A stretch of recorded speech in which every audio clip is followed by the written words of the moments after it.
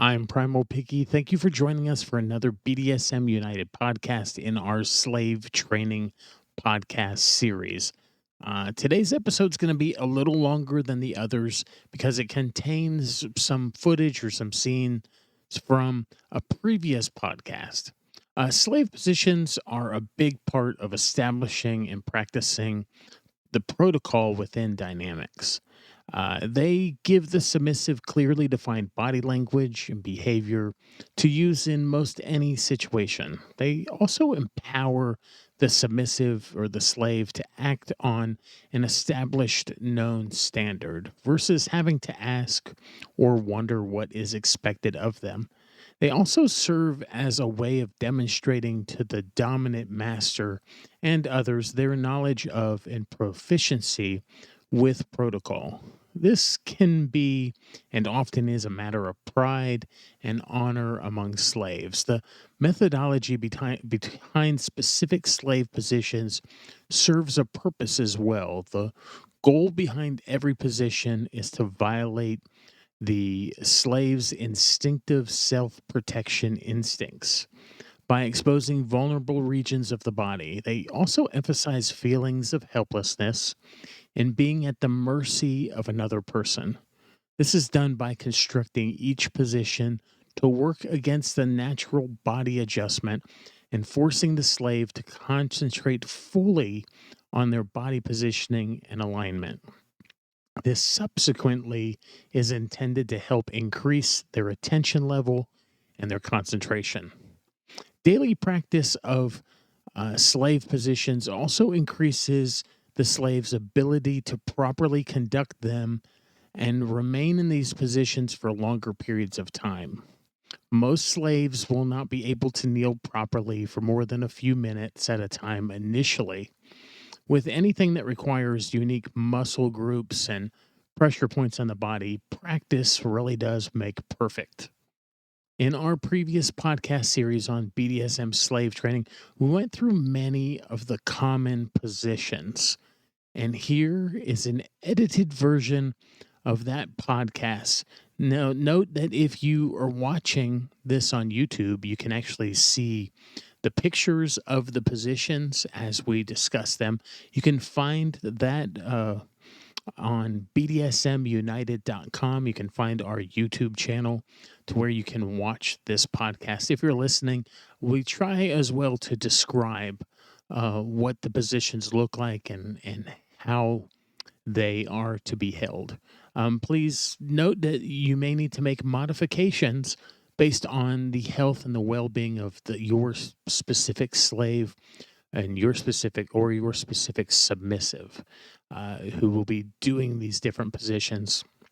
For example, somebody in a wheelchair may need a modification. They may not be able to kneel, but they can still do a modified version of these slave positions.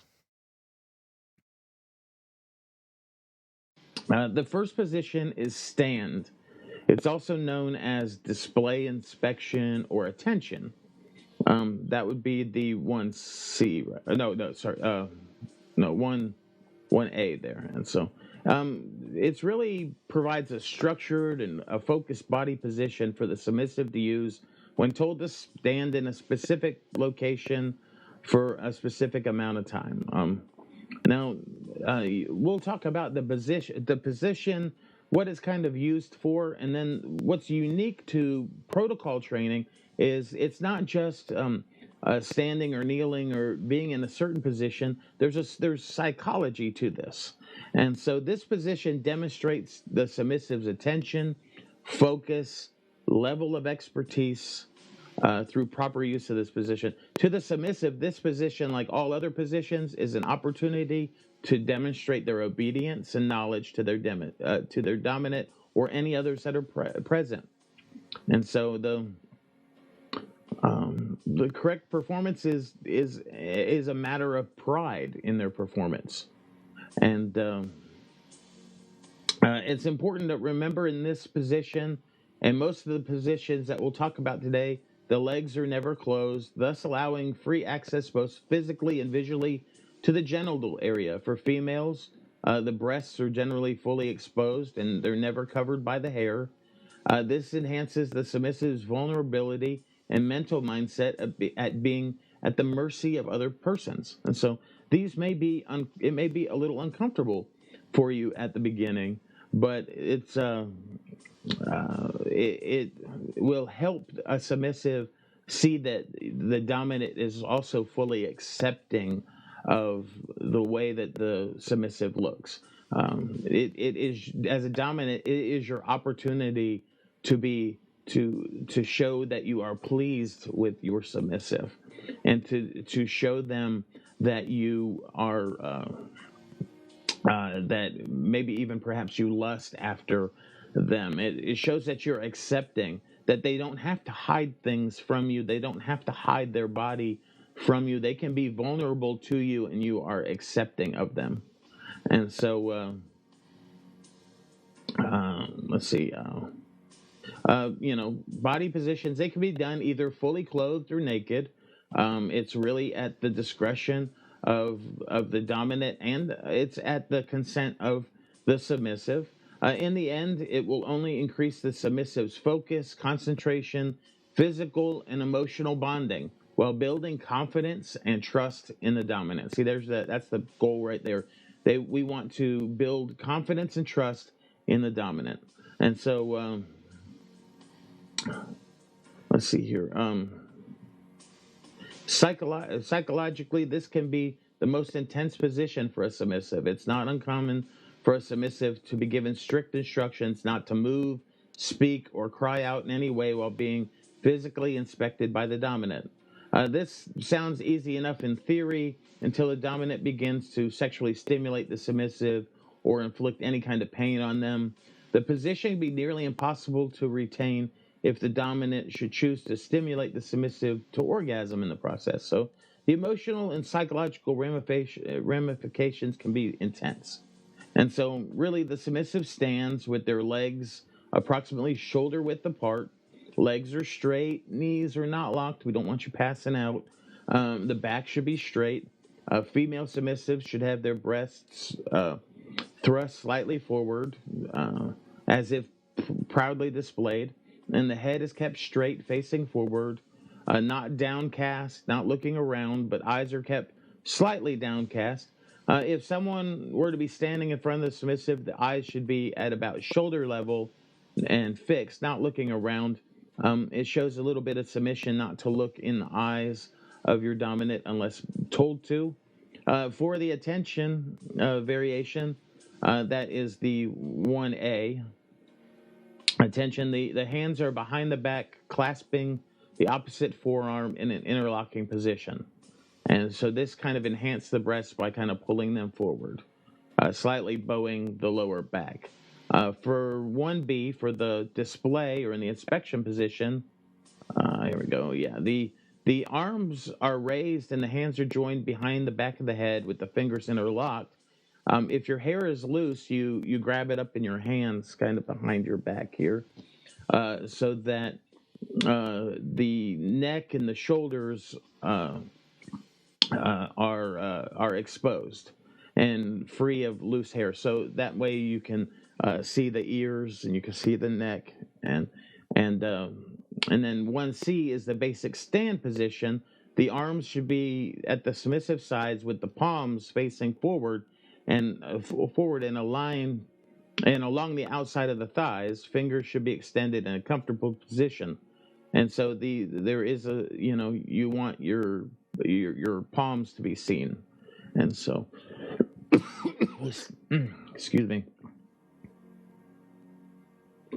Stand is typically used to simply have the submissive stand in a given location and wait further instructions.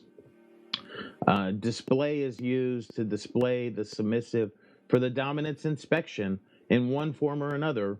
While the submissive may stand unnoticed by anyone in attention, the display is for the viewing of the dominant, like a physical inspection. And attention is used to put the submissive in a heightened state of focus in anticipation of further commands. And so that was stand here. Let's go to the next one, I believe. Yeah, there we go. And the next position is kneel. And as with stand, kneel has a couple different variants, like just like stand had.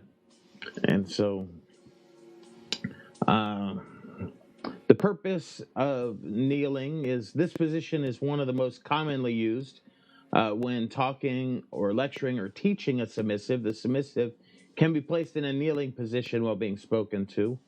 If a submissive is walking with or following a dominant, it's typically expected that the submissive will automatically assume a kneeling position when the dominant stops or pauses for more than a few seconds. It's the classic waiting to be of service position and should be used as an automatic response by the submissive when waiting to gain a dominant's attention or simply being told to wait and not giving any other specific uh, position to wait in. In the case of the kneeling presentation position, it's used as an inspection position, a lot like the standing inspection, where the submissive is displayed for inspection or collaring while remaining in the kneeling position. So the psychology of this again is it's a classic submissive posture signifying the submissive's submission to a dominant and willingness to serve the dominant in some manner, or simply to show that the submissive is in attendance to the dominant. In other words, this position is used to mentally tell the dominant the submissive is ready and waiting to serve the dominant's needs. Again, this is always consensual, and we're finding um, fulfillment in the dominant feeling more dominant and the submissive expressing more submission. And so psychologically, it serves to put the submissive in a deepened state of submission and empower the submissive to be able to make a choice in what they should do if they're attending a dominant, but not having been given direction yet. By kneeling, this position also puts the submission's eye level almost always lower than the dominant's eye level. And this is a naturally submissive position psychologically to the dominant. Nothing can be more confusing for a submissive than to find themselves attending to or serving a dominant, only to suddenly find themselves standing alone or without direction. Remember, dominants, you are in charge, and so you put your submissive in positions, or or teachers submissive these positions, so that they are always prepared uh, for you. By kneeling, the submissive can act on an assumed command and still feel in service while simply waiting till the dominant calls on them again, while rather than being without direction and trying to guess what they should do next. Um, let's look at the description here. The submissive kneels on their knees with their feet extended behind them. Toes should be extended to the tops, so the tops of the feet are on the ground while the body is kept straight and upright, not sitting backwards on the feet. So kneeling is like a kind of like the 2A here is um, let's see, knees should be shoulder width apart to expose the genital area, thus creating easy access for the dominant. The stomach is pulled in, breast or the chest is out, and the head is straight forward, while the eyes are slightly downcast. The arms are placed behind the back, and the hands will grasp the opposing forearms. This again causes the breast or the chest to be slightly kind of bowed out, and so there are, borrowing somewhat from the Korean slave positions is the 2B and the 2C. One is called the tower and one is called the nadu positions. Tower is very similar to a sitting position, but more formalized, keeping the legs closed. And the nadu is designed to expose or display the slave or submissive while kneeling before the master or the dominant. And so um, when calling on a submissive to a dominant to serve in some way, the kneeling position should be the ready position that the submissive assumes unless they're told to stand. And so, for instance, if the submissive is bringing a dominant something to drink, the submissive should assume the kneeling position when they arrive at the dominant's feet, and wait with the drink extended for the dominant to take when desired. Excuse me, my voice gets kind of dry when I teach. It's the dominant's choice if there is a verbal statement to accompany the act of kneeling or not. But in most cases, it's traditional for the submissive to assume this classic submissive posture when serving the dominant's immediate presence. The kneeling presentation position can be used for collaring ceremonially, or for like personal inspection of the submissive's body. And so we have the next one will be a kneeling presentation variation here. Let me go to the next slide here. Here we go. And so, although similar to the kneeling position, kneeling presentation is used as a more formal kneel when the submissive is to be physically inspected or to take restraints and collars on or off. There's also more of a collaring position. We'll see that in a moment. This position, like many of the submissive positions, signifies the submissive's submission to the dominant. That's kind of wordy. Sorry about that. And displays the submissive physically for the dominant's inspection. In other words, the position is used to mentally tell the dominant that the submissive is ready and waiting to be used, inspected, put in restraints, collared, or serve the dominant's needs as the dominant dominant wishes.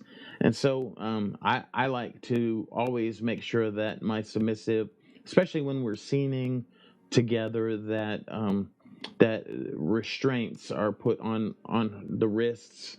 Making sure that if I'm going to change from her day collar to a play collar, I would do that. Any other kind of ankle restraints are going to be put on, or thigh restraints, something like that. But at least, generally, at least ankles and wrists, just to allow to take that moment to pause, to show her that she is owned, to put, to slowly put them on, to whisper into her ear that she belongs to me, to really take that time to slow down, take a deep breath, get her in that mindset of submission. And so this position is a great one for something like that. And so it also allows me to inspect and make sure that she's ready for me. This position puts the submissive in a very vulnerable state physically, mentally, and emotionally. When in the kneeling presentation, the submissive is in a form of mental bondage, typically instructed not to move or look around as they await the dominant to place them in some sort of physical restraint, or take free access to look upon, touch, tease, torment, torture, consensually, of course. Well, often the submissive is instructed to be naked when placed in this position. You know, or quite often they're instructed to be naked in this position, but it is really at the dominant's discretion. So basically, the dominant kneels on their knees with their feet extended behind them. Toes should be extended so the tops of the feet are on the ground while the body is kept straight and upright, not sitting backward on the feet now, kneeling up on their knees.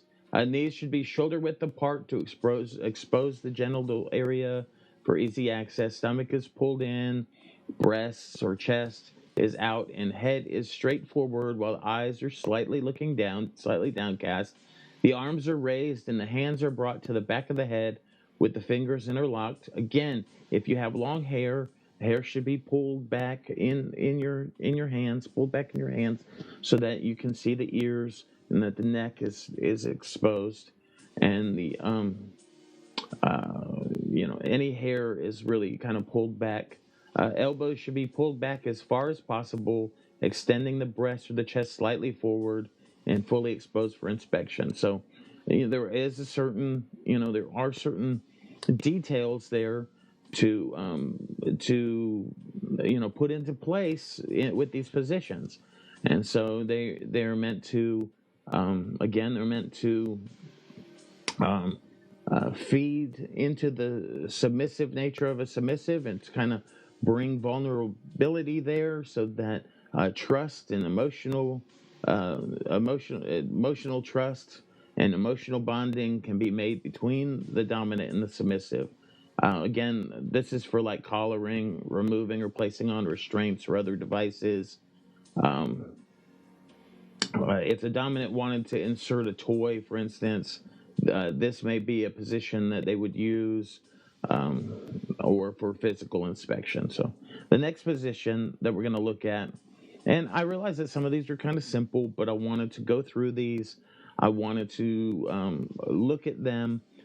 These are really basic. This is a basic 101. Slave positions is a really great thing that we can pull from the MS dynamic and pull from the high protocol dynamic and really begin to use in our everyday relationship dynamics of any type, in order to help our submissives be more submissive and help us as dominants put in more structure into our relationship so that because it really helps us be more dominant.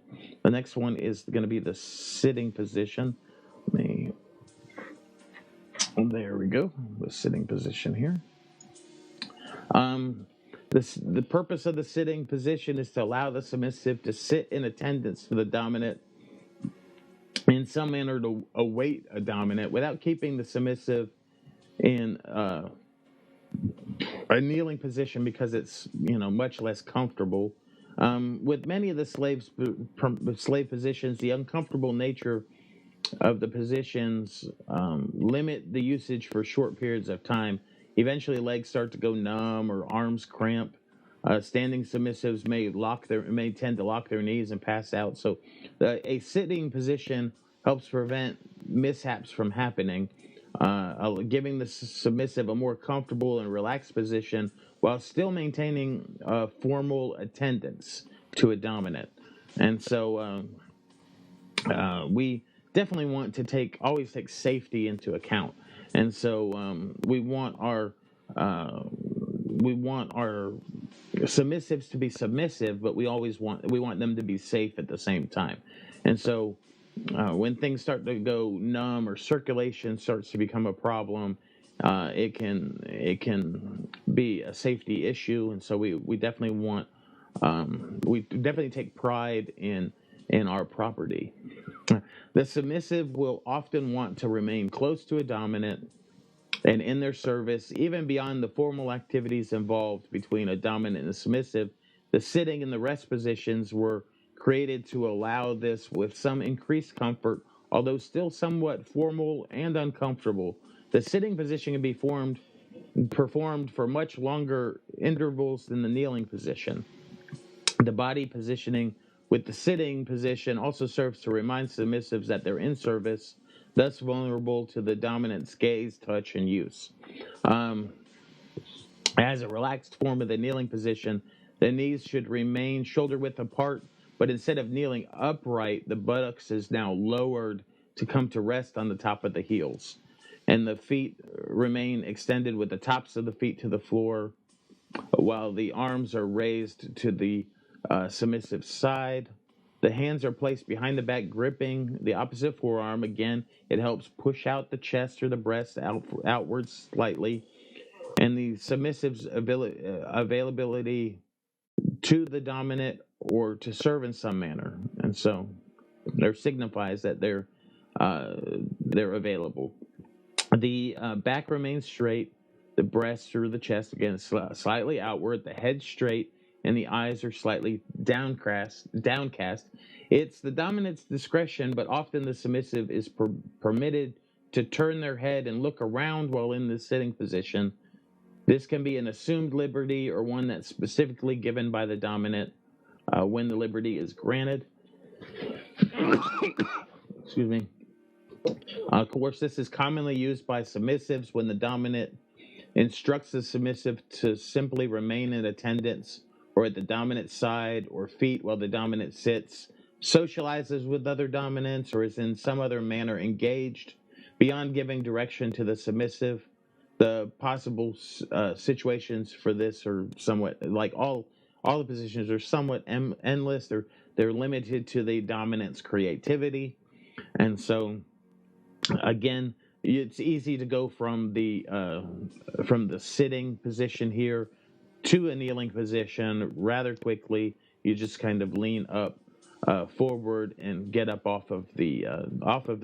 get back up onto the knees. And so now let's look at the rest position. Again, these are all somewhat rather easy, and so but we want to give a formality to how our to how we interact with our submissive and how our submissive interacts with us as a dominant.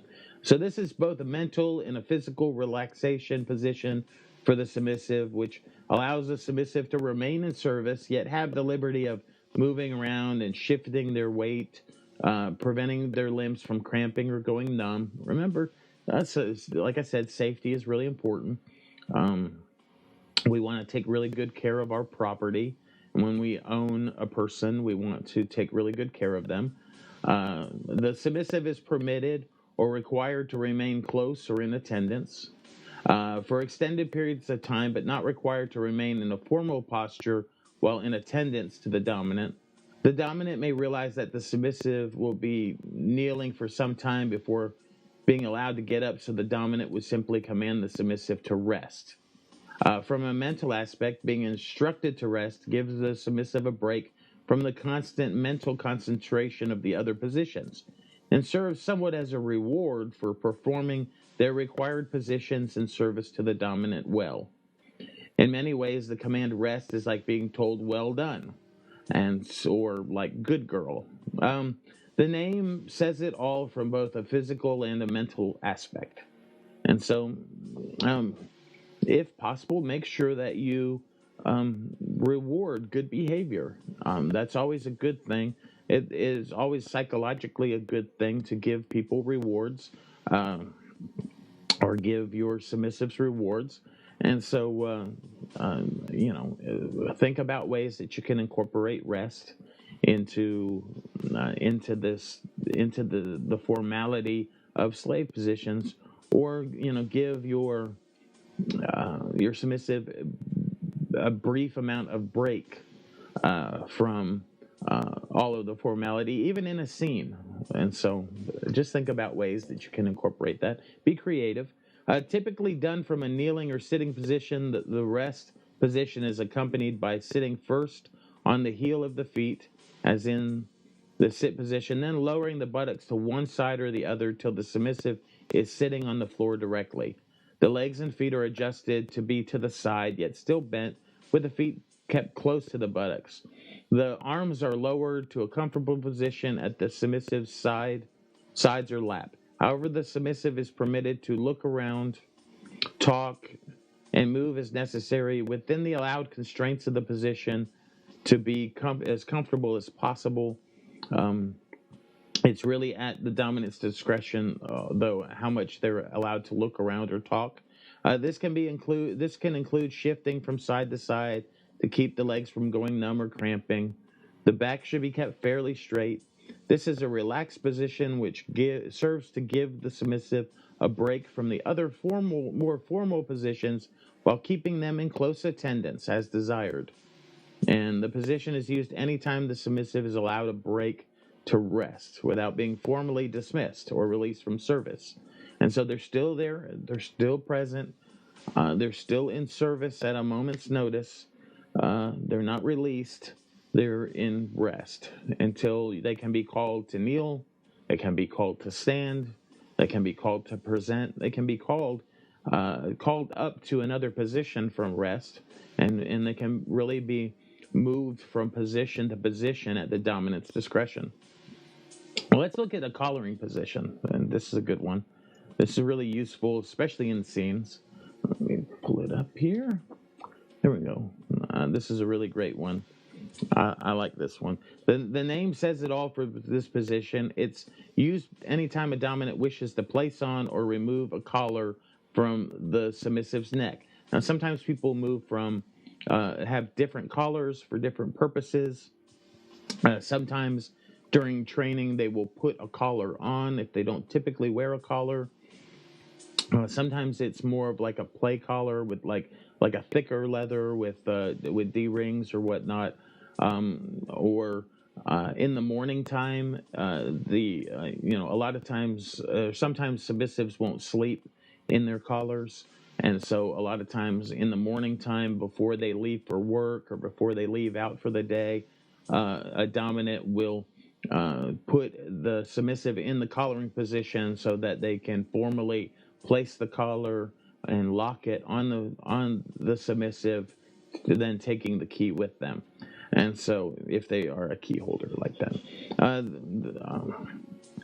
it, many practitioners of DS and MS will tend to use the kneeling or the standing presentation position for placing or removing a collar from a submissive's neck. Um, but this is somewhat borrowed from the Korean lifestyle. It's its own position. Everyone has their own preference, but this is somewhat of a specialized position. I like it because the just the submissive. If I'm standing, the submissive is below me. It's easier to kind of bend and kind of put the collar on that way than and so I like that. I also like that the arms are up. If we want to put on restraints in this position, that would be good. And so the collar is a symbol, of course, of power, of a power exchange dynamic, and the act of placing on or removing a collar is also symbolic. And so this is a real formal position here. If the dominant puts the proper emphasis on the importance of both the symbol and the rituals tied to the collars, then the submissive will see it with equal respect and admiration. And so, within the mind of most every submissive is the desire to see their dominant demonstrate the importance of the collar.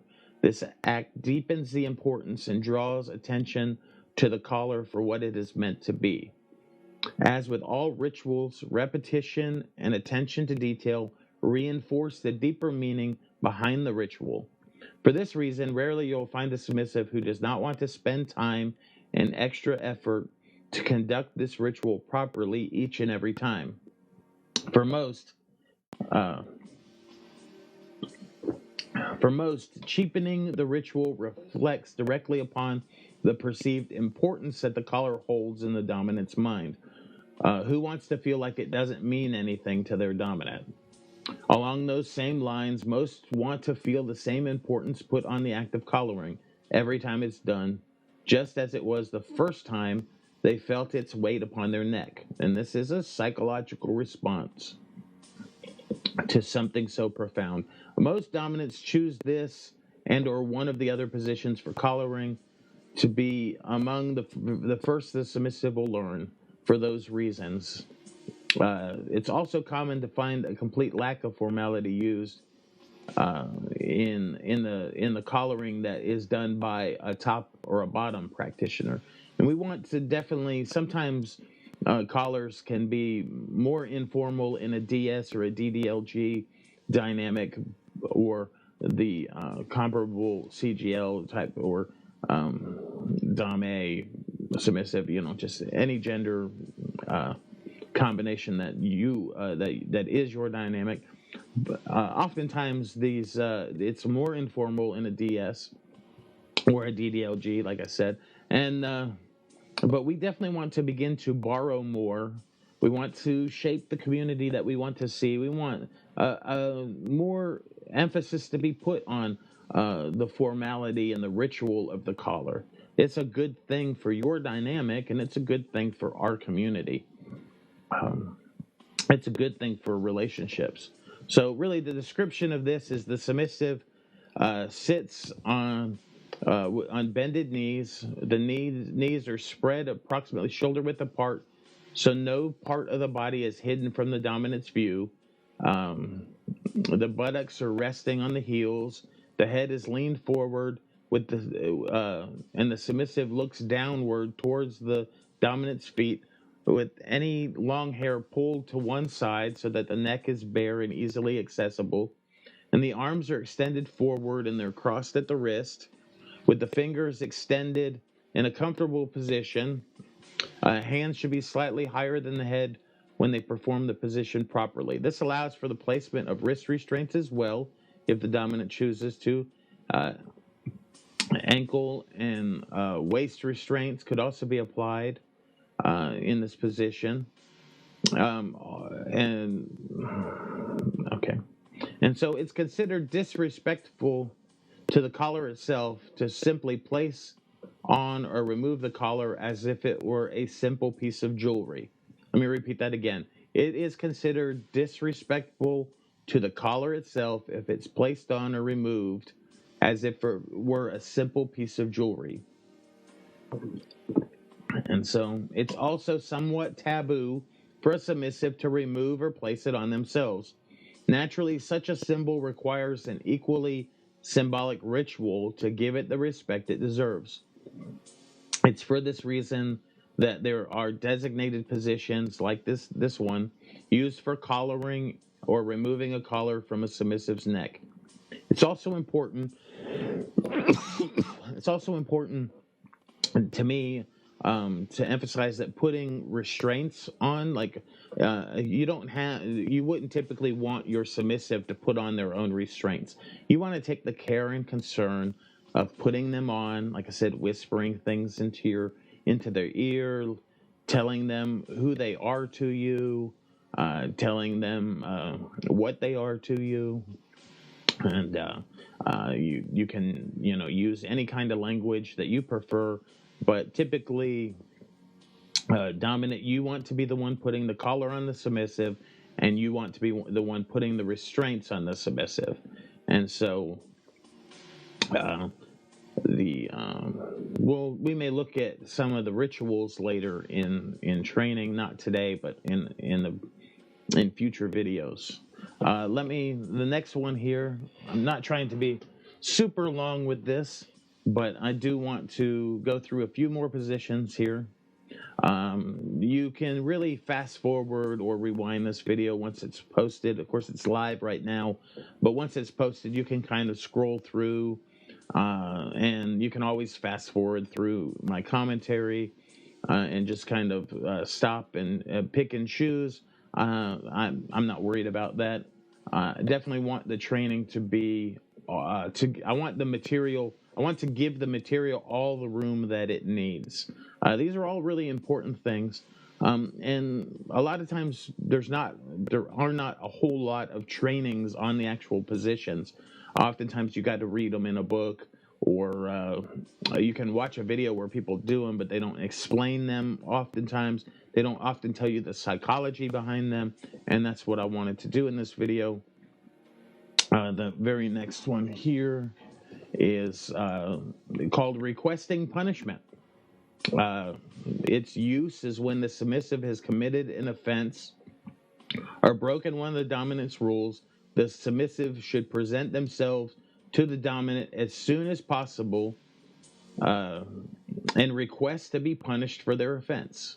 And so when a submissive knows that they have knows or that they've broken an offense or thinks that they have, they should present themselves to the dominant and request to be punished for that offense.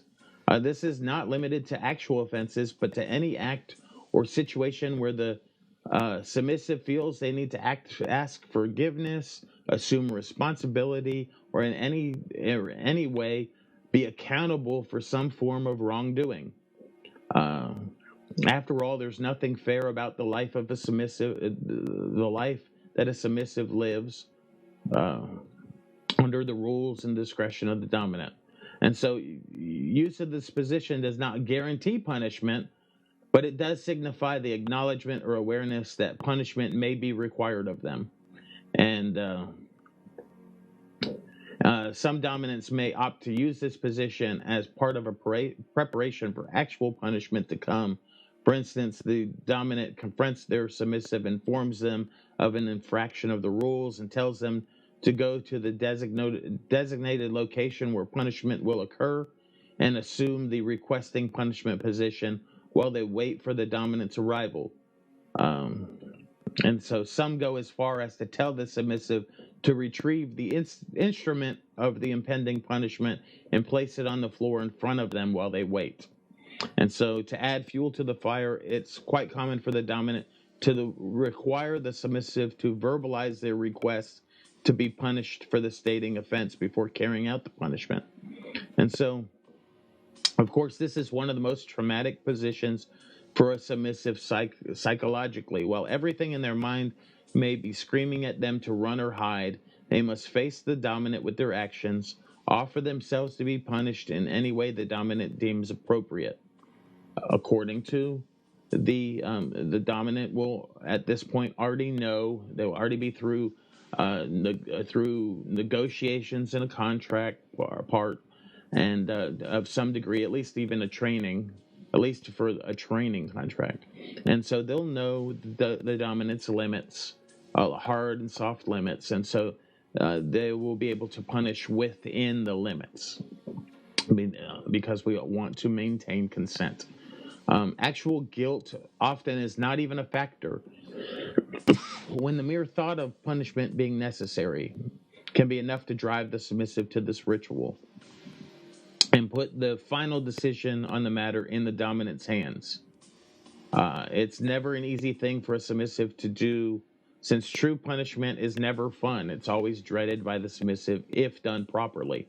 This isn't a position you would use for punishments, for instance. This is a position where where as a submissive, you think you've done something wrong, or you know that you have done something wrong, and that the dominant hasn't caught you doing something wrong necessarily, but you caught yourself doing something wrong, and you offer up yourself for punishment, knowing that you did wrong, because you, as a submissive, ultimately have integrity. And if you fail in your integrity, then you are not just failing yourself, you're also failing your dominant. And so, because you as a submissive are a direct reflection of your dominant.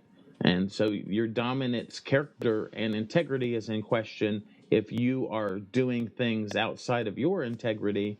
If you're making mistakes and breaking rules, then and you know you've done it, then you need to offer yourself up for punishment and let the dominant know when you've done something wrong, even if they don't know that you've done something wrong. So this formal request to be punished with no knowledge of what the outcome will be demonstrates a huge amount of trust on the part of the submissive, as well as obedience to the rules that the dominant has set forth. It should not be taken lightly by the dominant that needs to ensure patience and wisdom dictate their actions upon finding a submissive requesting punishment this way. In other words, they're turning themselves in and throwing themselves on the mercy of the court, who just happens to be also the judge, jury, and executioner. And so we definitely want to have somewhat of patience, somewhat of empathy. Oftentimes, just this position alone is somewhat of a punishment in and of itself. And so if the infraction is severe, it may require actual something like impact as a punishment, or some some type of instrument to be used. But oftentimes, just seeing the submissive putting themselves in this position is somewhat of a punishment all in itself. The submissive rests on their knees, parted, shoulder width apart. Body is leaned forward till their forehead is resting on the floor. Wrists and ankles should be crossed, but the elbows are parted comfortably to support the body weight without applying too much pressure on the forehead. So your forehead's on the ground, but your arms are somewhat holding your weight. The submissive's buttocks should be lowered to rest somewhat on the back of the legs. And some dominants prefer the submissive be nude when requesting punishment, but this is, again, at the discretion of the dominant. And there are two typical scenarios in which requesting punishment is often used. The first, again, is when the submissive knowingly has done something wrong deserving of punishment and chooses to confess. And this is when the submissive requests punishment without being told to do so. And the second scenario is when the dominant decides that punishment may be necessary and opts to make the submissive ask for it to show they're willing to take responsibility for actions, or the dominant wishes to make the submissive think about what is to come in a deserving punishment, or the dominant wishes to interrogate the submissive prior to making a final decision on impending punishment. And some dominants will send the submissive to a designated location where punishment is always carried out and tell them to place the normally used paddle or whip in front of them, in front of their crossed wrists, while they wait in the requesting position. And so let's go to the next one here. And this is the actual punishment position. Unlike the requesting position, the punishment position is used for the actual implementation of physical corporal punishment to the submissive. It's presumed by the use of this position that the physical punishment will consist of striking the buttocks with a hand or an implement. And so some dominants may prefer to have their submissive in a different position when punishing them. If you have like a St. Andrew's cross, you may tell them to go face the cross. This position puts the submissive's body in a stable position so that they can take the blows of a hand, a whip, a crop, a cane, a paddle, or some other device without being knocked out of position from the weight of the blows. And so they're able to take the punishment while still maintaining the position. It's also an easy transition to assume from other positions, and then after they have received the punishment, they can rise up to a kneeling position, for instance, and wait for their instructions. From a psychological standpoint, the physical position of the submissive is placed makes them very emotionally and physically vulnerable. Their buttocks are elevated and ready to receive the punishment at any moment, which in most cases heightens the submissive's mental state with anxiety and self-reflection over what got them in this position in the first place, as well as the impending punishment. If the dominant takes their time before inflicting the actual blows, and this is important, remember, in a lot of your dynamics, slow down. Don't take your time as a dominant.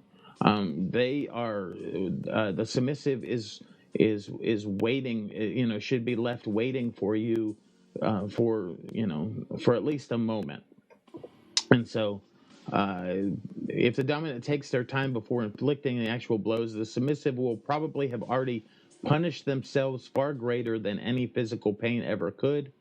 The actual spanking or impact that follows will then typically only serve as a reinforcement and a release of the offense, allowing the submissive to move on from the incident free of guilt or fear over what happened.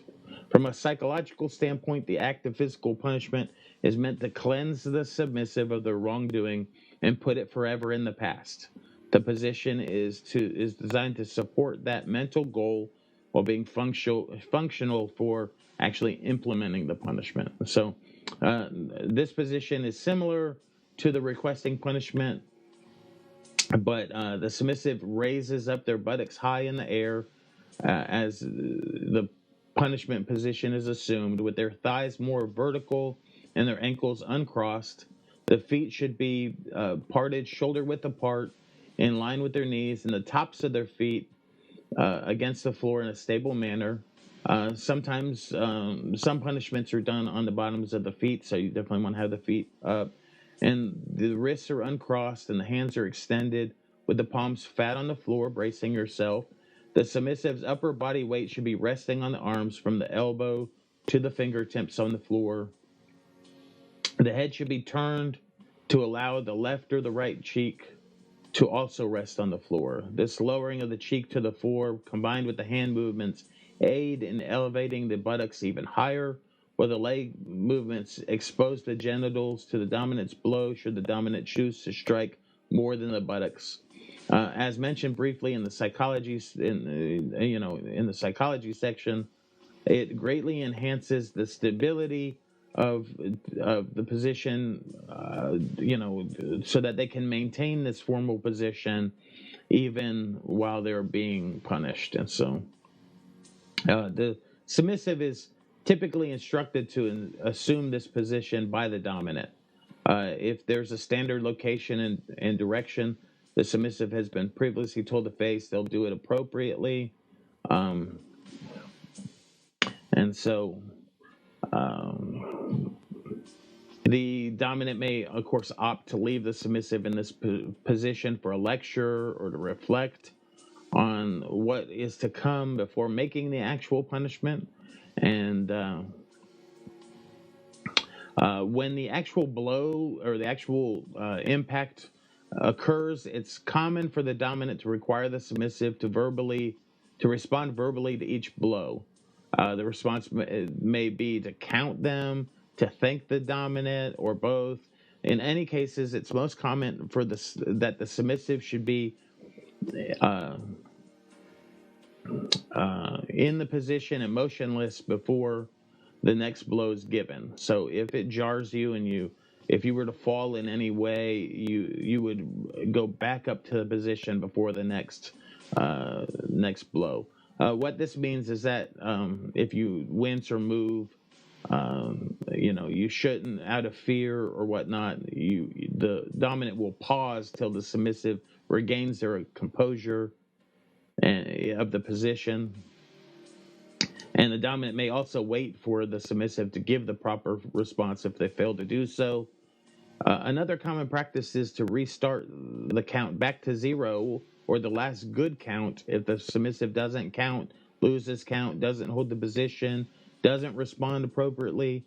A submissive who can't keep control of their physical and verbal responses can be in for a longer punishment session. And the release from punishment, that's real important. The release from the punishment position is usually followed by aftercare by the dominant and reassurance that the incident is over and in the past. All of these symbolize the conclusion of the punishment for the submissive. So remember to do aftercare. It's very important. The next position here, like I said, want to give all of these the attention that they deserve. I apologize for the length of this video if it gets a little long, but it'll be okay. You can watch as much or as little as you want. You can pause it. You can go back to it. You can watch it, watch it in pieces. It's perfectly okay. The next one here is the cleansing position. It's used by the submissive when they know or feel they've committed some sort of offense or actions that deserve formal punishment or something they feel guilty over. It's used a lot like the requesting punishment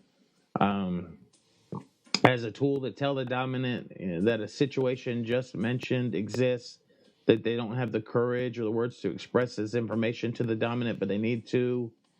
And so I'm not going to go into a lot of this one because a lot of this is just like the other position where they are the requesting punishment position. I will briefly describe it though. The submissive typically strips naked before assuming this position. To signify being significant to the psychology of using this position. Once the submissive lays face down on the floor, head in the direction of the dominant or the dominant's anticipated return, legs are closed and crossed at the ankles, with the wrists likewise crossed and the arms are extended away from the head. The face is turned to either side with the cheek resting on the floor, and the arms are bent only enough to allow the submissive to breathe. while they wait for the dominant's inevitable question, what did you do? And so this is one of the few positions that are totally at the submissive's discretion if the dominant allows for it. A submissive can use this position by coming to the dominant and presenting themselves appropriately, or they can opt to assume the position on the floor near the front door or the entrance that the dominant will use and remain there until the dominant's return. And so, like I said, a lot like the requesting punishment, this is a type of position uh, where they know that they've done something, where a submissive knows they've done something wrong or thinks they've done something wrong and wants to present it to the dominant. And so let's go to the next one here. That's an alternative somewhat to the requesting punishment. The next one here is the table position. All fours or the table, depending on what you want to call it. The position is related to using the submissive as furniture. As the name indicates, it positions the slave in such a manner that it makes the submissive's back usable as a table.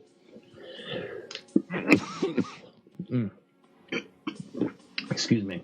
This position can be used for many different purposes. In some cases, it's used to deepen the personal service to the dominant through serving as a dominant's table for food or drink. In this case, the act can and often does deepen the intimacy level between the dominant and the submissive. Even the act of drinking a glass of water can become an act that gives attention to the submissive during what would otherwise be routine and uneventful service. So, if the dominant, of course, came in a kneeling position and brought a glass of water to the dominant, the dominant could tell the submissive to get into table position, and then use the submissive as the table to hold the glass of water. In other cases, it can be used as a tool for humiliation and degradation play. The submissive is reduced to an inanimate object. This will require extreme attention to detail on the submissive's part to avoid spilling something. And they're earning punishment on top of the dehumanization. And so the usage of this position will vary based on what the dominant feels is needed or desired from the submissive service. Sometimes a submissive will be used as a footstool, for instance. The usage of this position will vary based. In high protocol, a submissive used as furniture is representative of a very high protocol behavior. Public displays of such acts also serve as public demonstrations of the dominant's training, plus the skill and self-discipline of the submissive. Not to mention the submissive's ability to serve in a pleasing manner.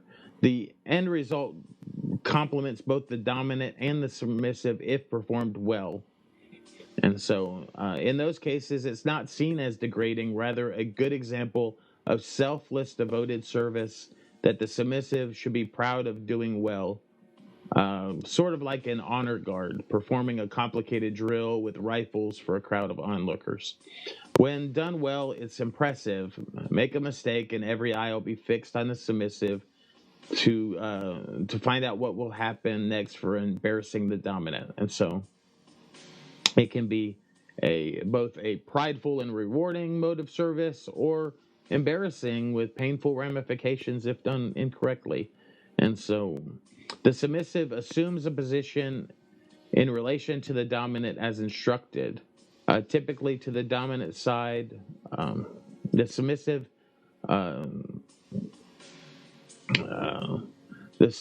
will get on the hands and knees with the knees approximately shoulder width apart and the feet extended from the body in a straight line away from their torso. Hands are palms down with fingers spread to help stabilize the position. The head is lowered till the submissive is looking straight downward. Any long hair is draped around the head towards the floor. At this point, the submissive will adjust the height of their shoulders and buttocks till the back is fairly level, with the goal of being able to place items on the back without them falling off. Although it may look easy, as from an onlooker's perspective, the actual deed is much harder to pull off for more than a few minutes before becoming unstable. So most situations where this position can be used relate to training the submissive in mental self-control or enhancing personal service to the dominant. And so you may also find these at more high protocol events. In some cases, the submissive is truly used as an inanimate object. The submissive may be placed at some location within a room to serve as a piece of furniture for anyone's use. In these cases, the submissive is not permitted to move, speak, or alter their position until directed by the dominant. So it could be used as a footstool, for instance, like I said, or it could be used as a table. The dominant could have dinner on the back of the submissive, could just drink a water, put liquid, could use them as a nightstand, any could put a pot of flowers there and use them as a coffee table, use them as just a display piece.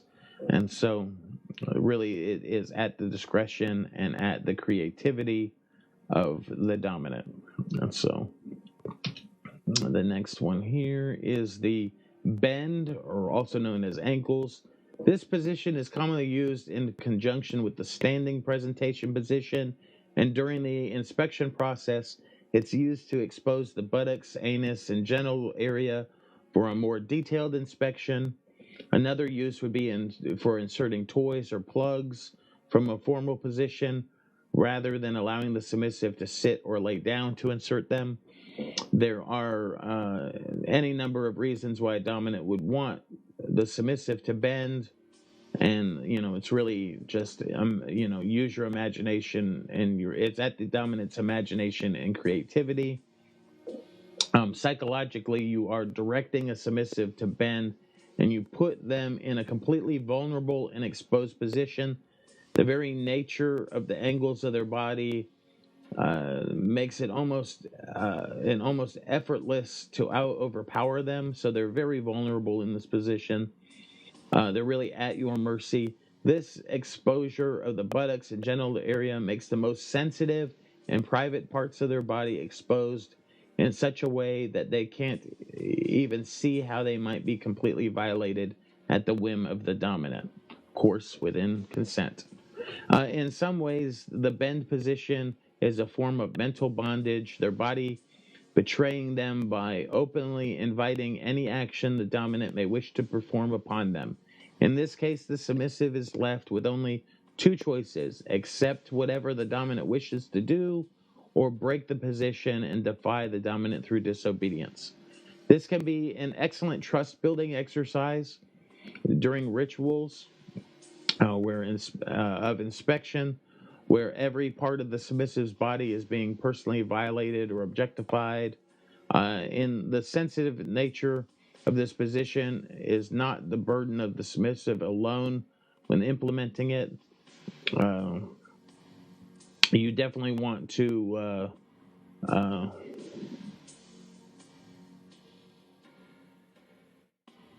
you don't want to dive into this blindly. You want to use caution. You definitely want to talk about it before you use this position. You want to,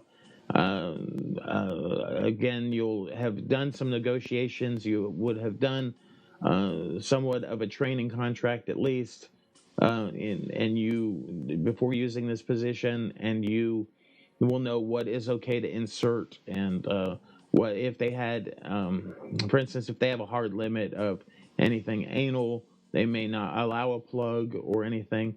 you can still use that to inspect the area, but not to necessarily insert anything.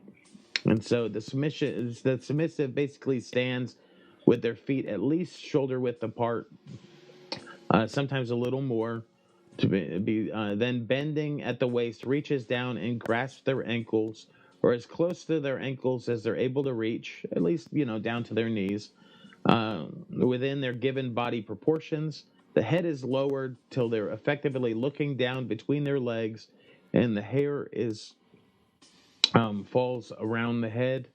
Uh, be really good to have the neck exposed during this one too. The knees may be bent slightly to maintain balance, as this can be really unstable for a lot of people. It's far better to adjust a little and to keep the balance than to fall over. Uh, Women usually are able to perform this much easier than men because of their physiology. Once the bend position is assumed, the submissive is to remain motionless until they're released from the position and told to assume a different position. A submissive should expect that the dominant has instructed this position for a reason, uh, be it visual inspection or some sort of physical use or a more intimate inspection. And since this position makes it possible for the submissive to be poked, prodded, or explored, self control can be an issue that will have to be emotionally worked through by the submissive if they were to do it successfully without breaking the position. Since the position is commonly used in conjunction with inspection, the command rise can sometimes be used to mean rise up and resume the standing presentation, or the inspection position. So definitely a very intimate, vulnerable position there. Very good to use to help build focus and paying attention and being in the moment, being very present, and definitely a good way to build trust and intimacy, to build that bond. And so, next one here is the back, or the back display. The position back is used as a horizontal inspection position. It can be used right before sexual intercourse or genital play, but it's most commonly used as a means to examine the genital area from a horizontal position. And the psychological impact is similar to any other form of personal body inspection. However, given that the key portion of the body displayed is the breast and genital areas, um, it becomes obvious to the submissive that there is only one goal with the use of this position: genital use. And so this can be seen as very degrading and humiliating to some, while exciting to others. It in the way it is very similar to the bend position. As always, every dominant and submissive will look at these positions from their own unique emotional perspective. The dominant should be sure which response the submissive is likely to give when using a position like this. The dominant should also be prepared for any negative responses that solicit from the submissive. The slow and often subtle approach of the inspection process can be erotic and enticing to many. It can sometimes leave um, a submissive begging to be used sexually before it's over. The back and the bend positions both objectify the submissive well beyond the normal level of the inspection process, and there's nothing subtle about the sexual nature of these positions. And so basically, the submissive lays on their back with their arms extended to their sides in a 45-degree angle away from their sides. Palms are then turned downward with the fingers extended and spread wide to control involuntary movement. You got to stay still. The submissive then spreads their legs a little wider than shoulder width apart, drawing their feet closer to the body. with the soles of the feet planted firmly on the ground. This is so the submissive can get the needed leverage to elevate their buttocks from the ground while hyperextending their pelvic and genital region upwards. This is meant to fully expose the genitals to visual and physical inspection or use. This is a difficult position to hold for more than a few seconds at a time. It'll take some practice. So the command relax or lower may be used to allow the submissive to lower their hips to the ground to regain strength. And then uh, the given command back would be to bring them back to that position. This position may be used for a more detailed genital type examination when conducting an inspection of the submissive. Can also be used as to make sure the submissive has groomed according to the dominant's discretion, and that and it is often also it can be used if you're into objectification or dehumanization, depending on your submissive and your own soft and hard limits. So one more position here. We only got a few more. The next position here is the crawl position. Crawl, the submissive crawl is used as a training tool, especially in pet or puppy training, as well as for punishment. Although there's numerous possibilities. It can be used anytime the dominant wishes the submissive to crawl rather than walk from one location to another. The use of the crawl command focuses the submissive's mind on even the simplest act of moving around the room. This requires the submissive to use all four limbs to move about, causing service tasks like retrieving food or drink to become more difficult. Used properly, crawling can become very emotionally challenging. When a submissive is made to crawl, they will also feel the dehumanizing effects of being made to move about in the same manner as a household pet. If the submissive desires that type of dehumanization, if they really like puppy or pet play, they may thrive really in this position. Others may find it somewhat humiliating. When it can be used as a punishment, or it can be used when in a very sexually exciting way, like crawl over to me. Uh, it is however the dominant instructs it to be, and how they come in what way they command it. And so the submissive assumes a position on their hands and knees with the head up and facing the direction they're to crawl in. As the name indicates, the submissive crawls as directed by the dominant. However, there are some dominants who prefer that the submissive does more than simply crawl in the easiest way possible. They may desire their submissive to arch their back slightly, causing their buttocks to rise up higher than normal, and some in a more seductive way, exaggerating each movement of their arms and legs.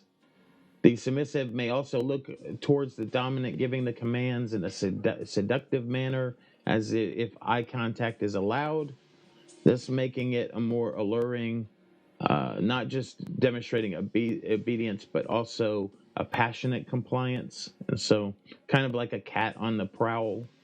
It can be somewhat predatorish prey kind of way. There are different rituals and routines that crawling can be integrated into. Some dominants opt to have the submissive crawl for the final few paces when presenting themselves to a dominant, and crawl up and then get in a knee position, for instance, or greeting the dominant. Others use it as a means of reminding the submissive of their place